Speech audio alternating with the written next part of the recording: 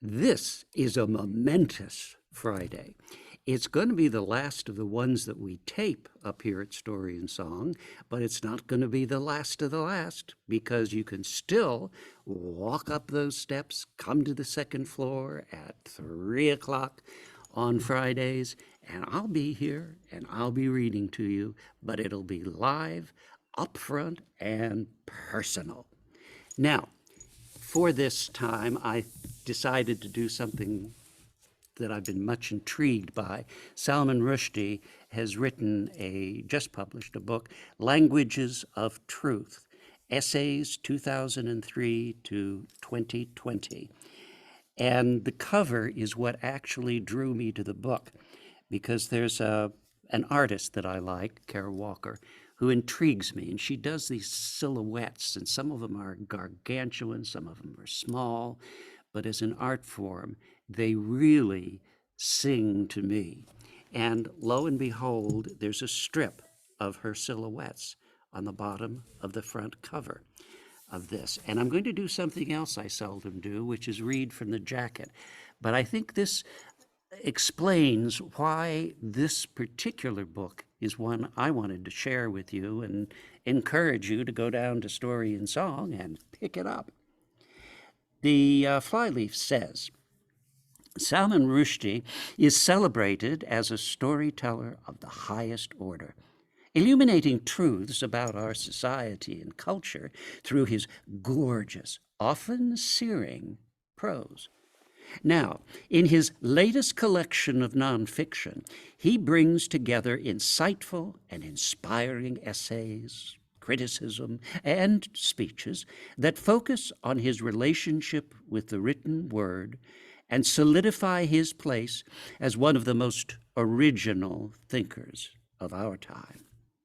Gathering pieces written between 2003 and 2020, Languages of Truth chronicles Rushdie's intellectual engagement with a period of momentous cultural shifts. Immersing the reader in a wide variety of subjects, he delves into the nature of storytelling as a human need. And what emerges is, in myriad ways, a love letter to literature itself. Rushdie explores what the work of authors from Shakespeare and Cervantes to Samuel Beckett and Eudora Welty means to him, whether on the page or in person.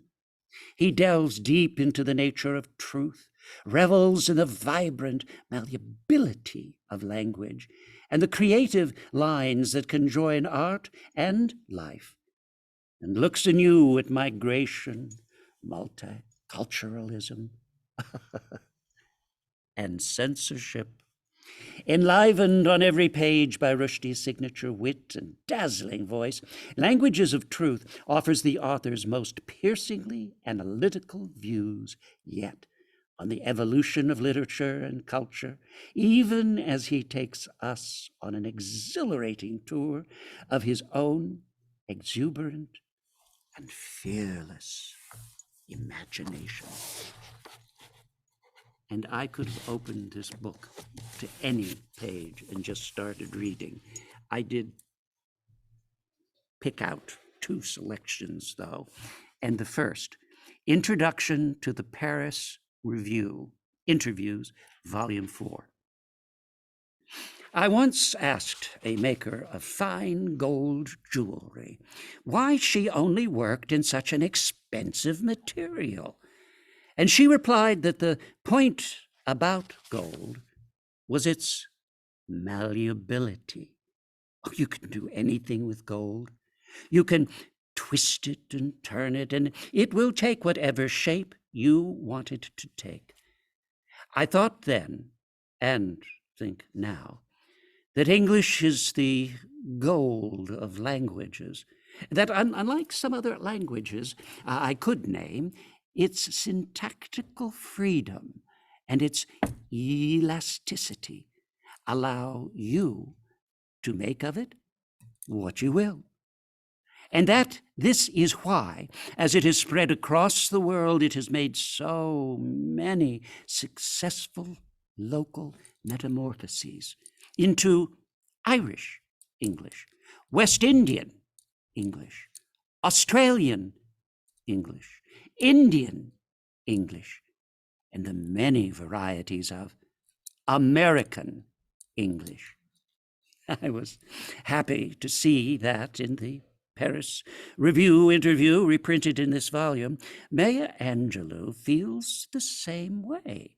Speaking of, and I quote, how beautiful, how pliable the language is, how it will lend itself, if you pull it, it says, okay, end quote. Now, foolishly, perhaps, I've long assumed that English possesses this quality to a greater degree than any other language. And so it is salutary to be reminded by David Grossman that other writers in other languages feel the same way. Now, Hebrew, Grossman says, is a flexible language, and it surrenders enthusiastically to all kind of wordplay. You can talk in slang about the Bible, and you can speak biblically about everyday life.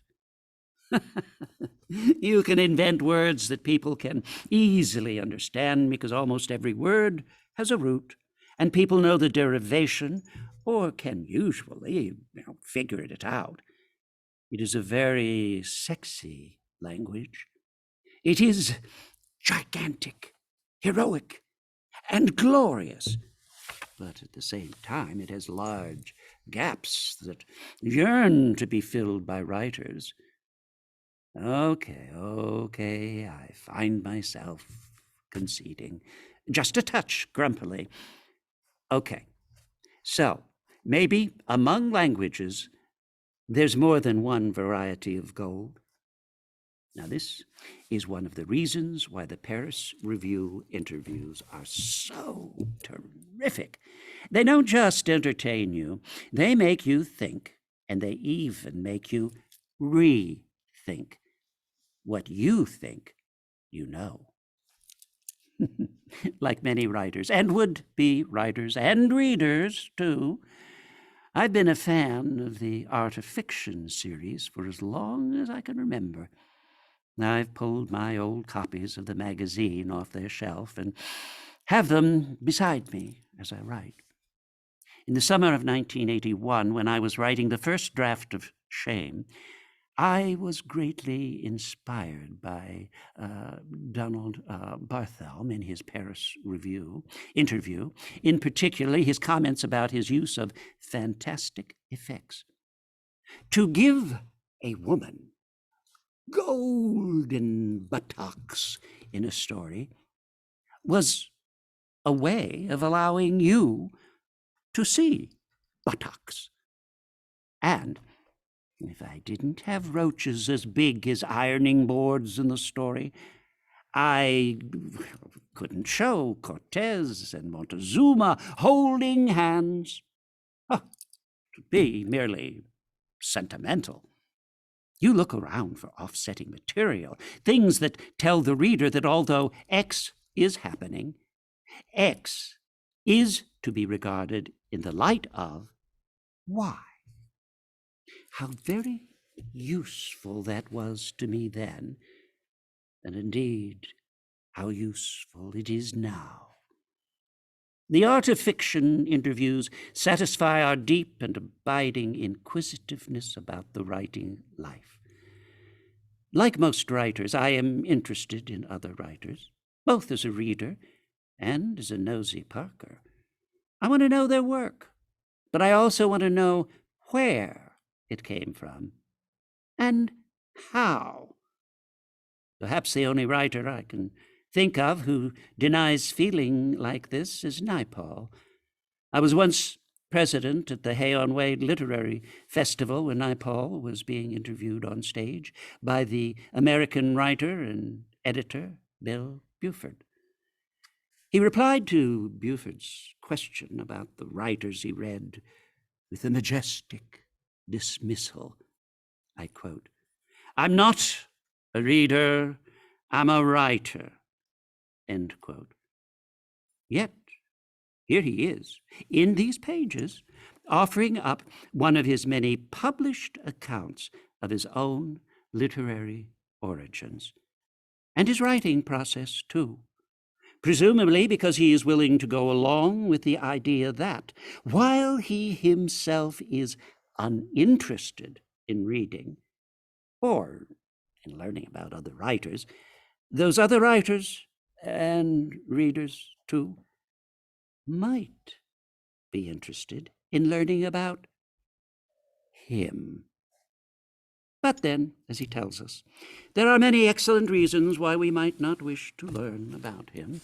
It's immensely hard to be the first to write about anything. It's always easy afterward to copy, he says. Speaking of Miguel Street and In a Free State, he's happy to tell us that, it is very well made. It is at moments like these that the art of fiction interviews are most revealing, showing us perhaps more of the author than even the author knows. The great P.G. Wodehouse's well-known sunniness of spirit acquires an almost shockingly innocent quality when he talks about his wartime broadcasts from Nazi-occupied Paris. Oh, broadcasts that led many to denounce him as a traitor. That, as he himself says, altered his whole life, leading him to spend the rest of it in the United States and never go home again. It has always felt painful to me that this most English of English writers, creator of the fantasy England of Jeeves, Bertie Wooster, the Drones Club, Blandings Castle, and the imperishable Pig, the Empress of Blandings, should have spent so long in exile. But Wodehouse sounds perfectly happy about the whole thing. Does he resent the way he was treated by the English? Oh, I quote, no, nothing of that sort. The whole thing seems to have blown over now, end quote. And how about his American exile? Oh, I'd much sooner live here than in England, I think. I can't think of any place in England I prefer to this. Oh, I used to like London, but I don't think I'd like it now. I'm rather blessed in a way. I really don't worry about anything much. I can adjust myself to things pretty well. End quote. Oh, so that's all right, then. In these pages, Jack Kerouac comes over exactly as he should, at once vivid and muddy, full of Kerouacity. Here he is, explaining his own name. Now, Cairn, K or C, A-I-R-N. What is a cairn? Well, it's a heap of stones.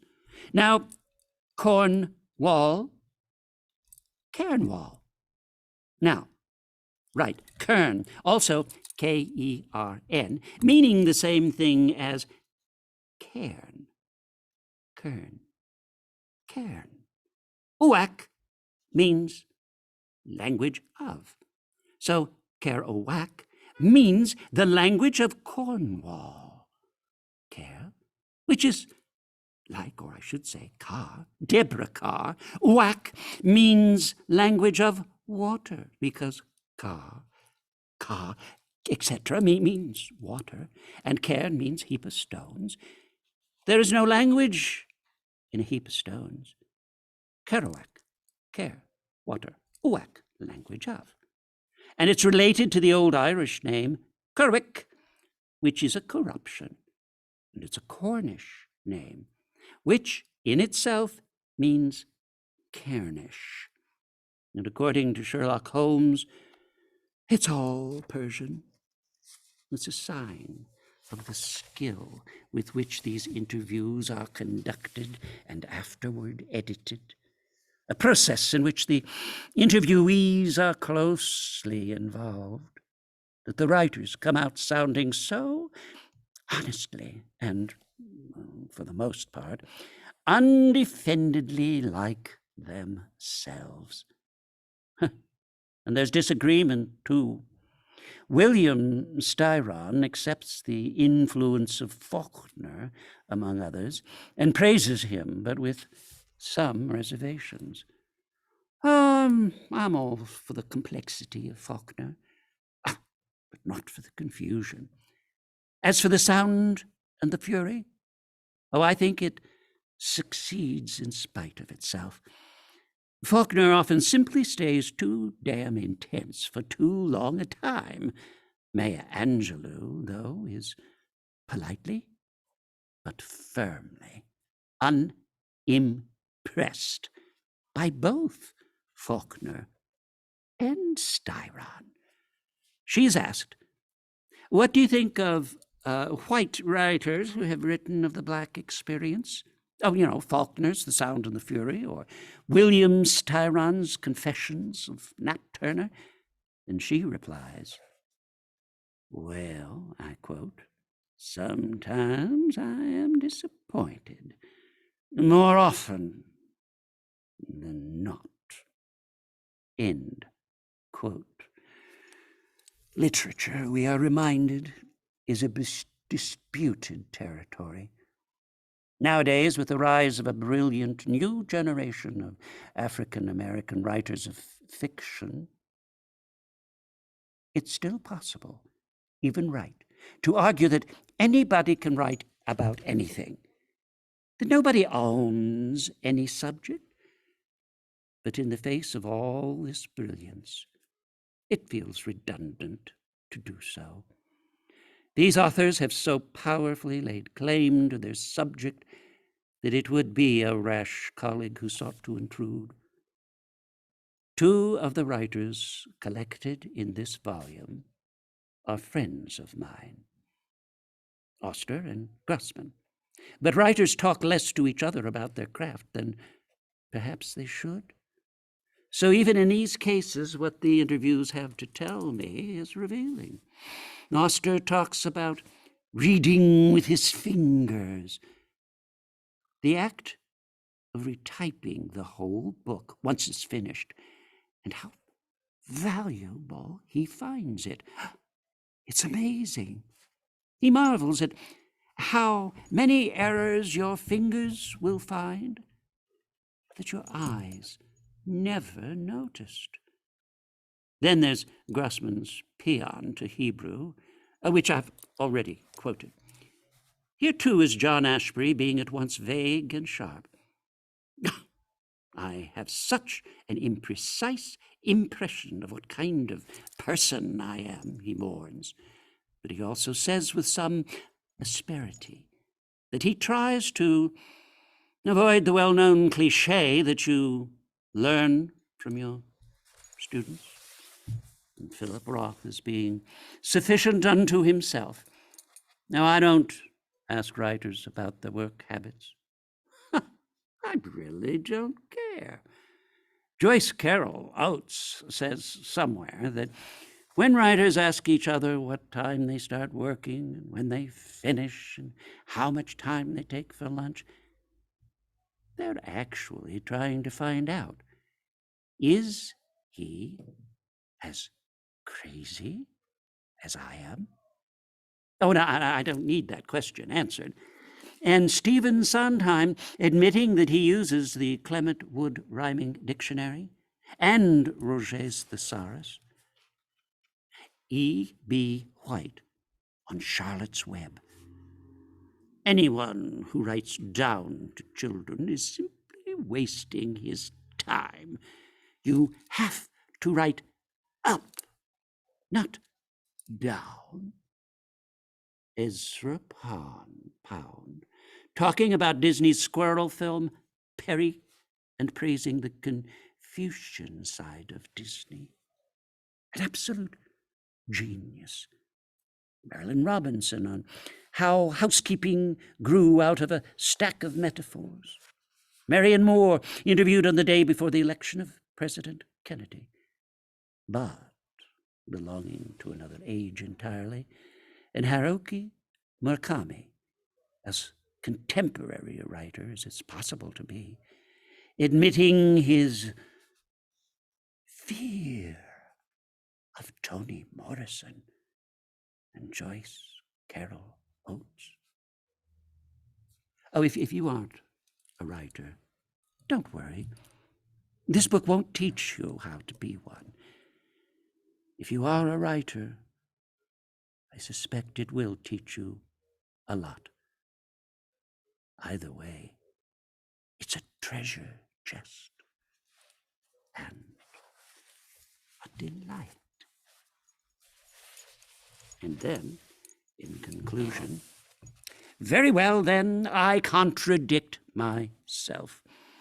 In Tom Stoppard's play, Jumpers, leading character, George Moore, a philosopher, says this: meeting a friend in a corridor, Wittgenstein said, "Tell me, why do people always say it was natural for men to assume that the sun went round the earth rather than the earth was rotating?" His friend said, "Well, obviously, it's because it just looks as if the sun is going round the earth."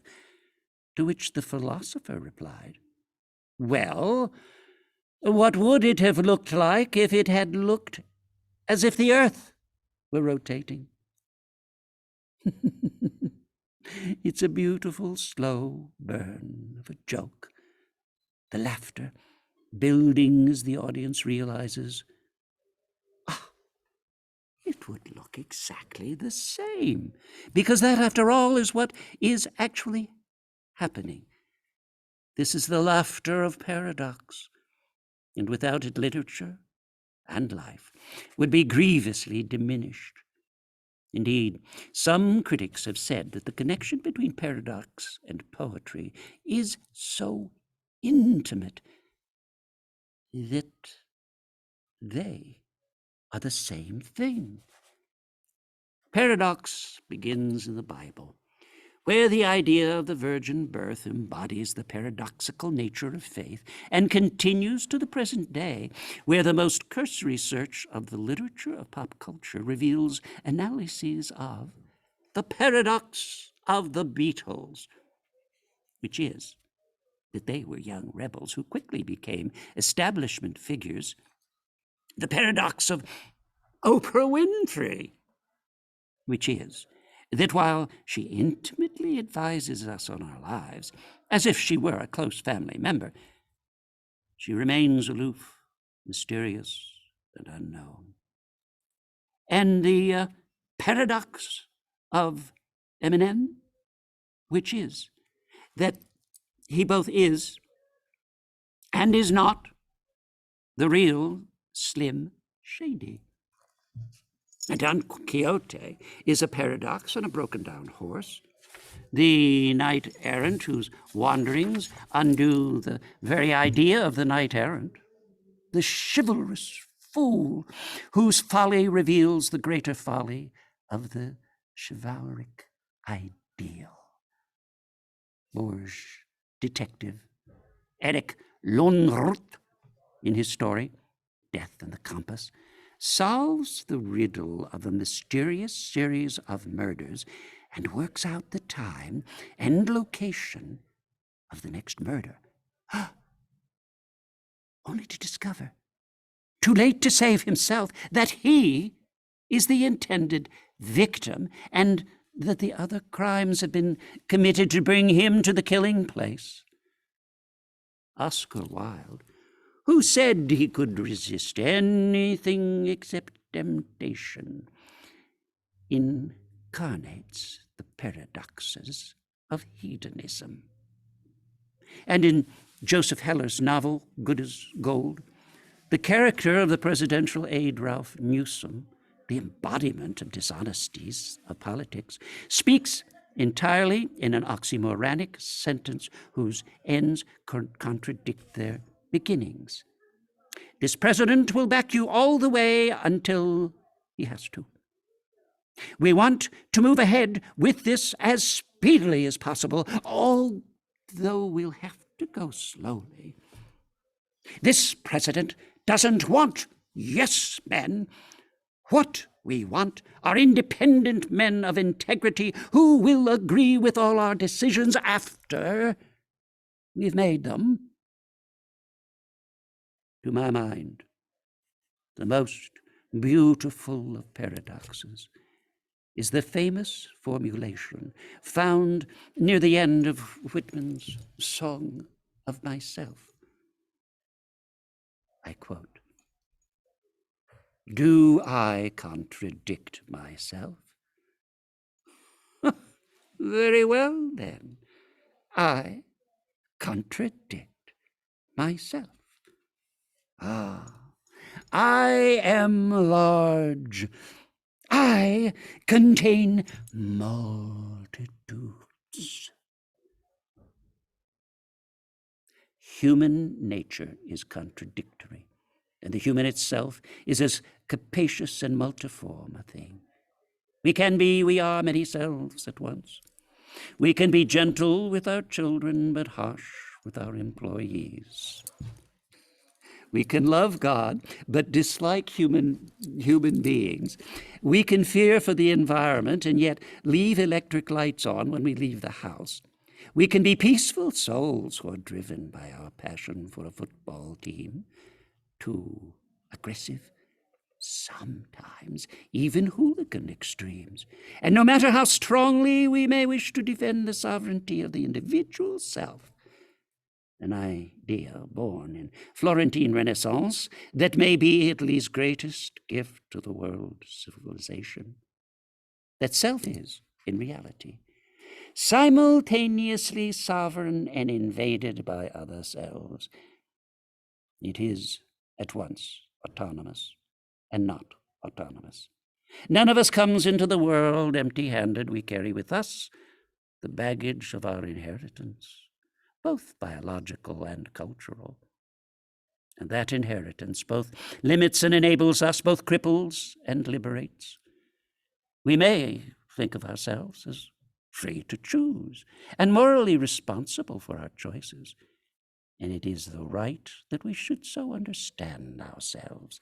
But the way in which we frame those choices, and indeed the particular choices we feel we have to make, are not only ours to determine.